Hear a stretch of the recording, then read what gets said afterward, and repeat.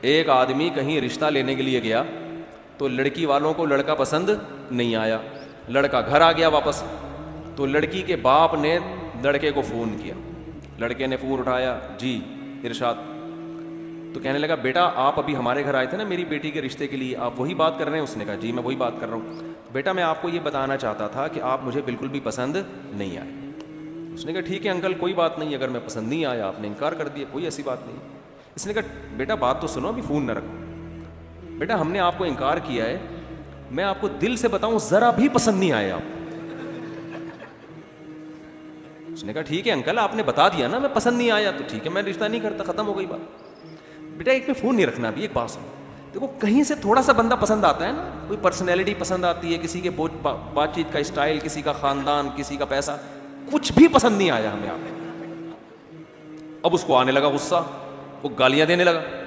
اچھا تو جب وہ گالیاں دینے لگا نا تو اس نے کہا ایک منٹ میری وائف سے بات کریں. اب لڑکے کو خیال ہوا شاید اس کی وائف کوئی صحیح بات کرے. جی آنٹی کیا کہنا چاہتی ہیں؟ دیکھو بیٹا مسئلہ یہ ہے کہ آپ مجھے بھی بالکل پسند نہیں آئے. اس نے کہا آنٹی یہ بات انہوں نے بتا تو دی تھی. کہہ رہے نہیں, میں نے کہا شاید آپ سمجھ رہے ہو کہ مجھے آپ پسند آئے ہو, تو میں نے کہا میں کلیئر کر دوں کہ مجھے بھی آپ بالکل بھی پسند نہیں آئے.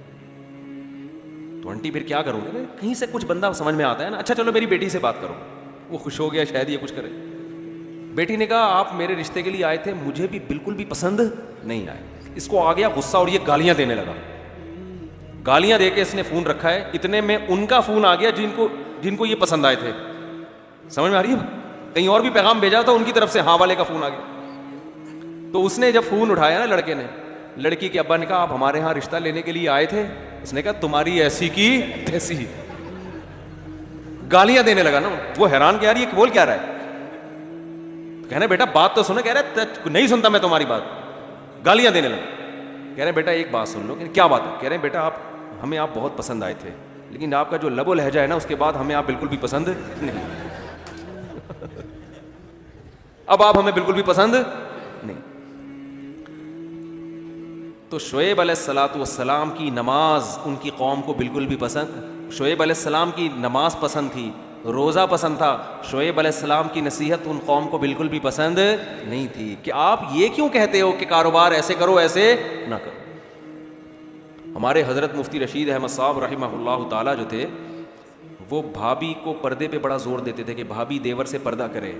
ہے نا اسلام میں سالی بہنوئی سے پردہ. جب شادی ہوتی ہے آپ کی کسی خاندان میں تو وہ لڑکی تو آپ کی محرم بن جاتی ہے, اس کے علاوہ اس کا کوئی, اس کے والد بھی آپ کے سسر اور اس کی ماں بھی آپ کی ساس, اس کے علاوہ میرے بھائی کوئی محرم والا رشتہ آپ کا اس کے ساتھ قائم نہیں ہو. گھروں میں پردہ ختم ہو گیا.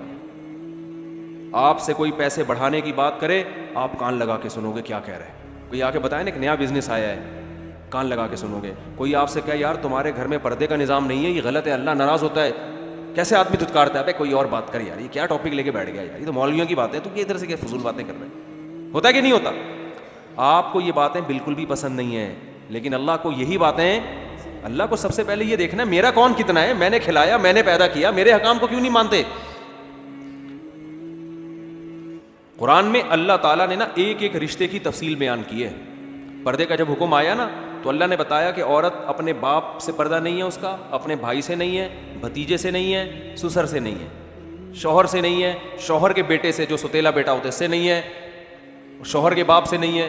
پوری ڈیٹیل اللہ نے بتا دی. کیا مطلب؟ ان کے علاوہ عورت کا سب سے پردہ ہے. تو آپ پردہ تو عورت پہ فرض ہے, آپ پہ فرض نہیں ہے, لیکن آپ اپنی بیوی سے فری ہو کے بات کر سکتے ہو, اپنی ماں سے ہنسی مذاق کر کے بات کر سکتے ہو, اپنی بہنوں سے ہنسی مذاق کر کے بات کر سکتے ہو, اپنی بھانجیوں سے بے تکلف ہو سکتے ہو, اپنی بھتیجیوں سے بے تکلف ہو سکتے ہو.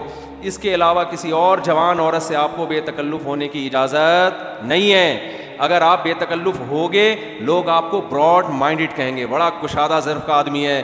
اللہ کی نظر میں آپ کی حیثیت 2% کی نہیں رہے گی.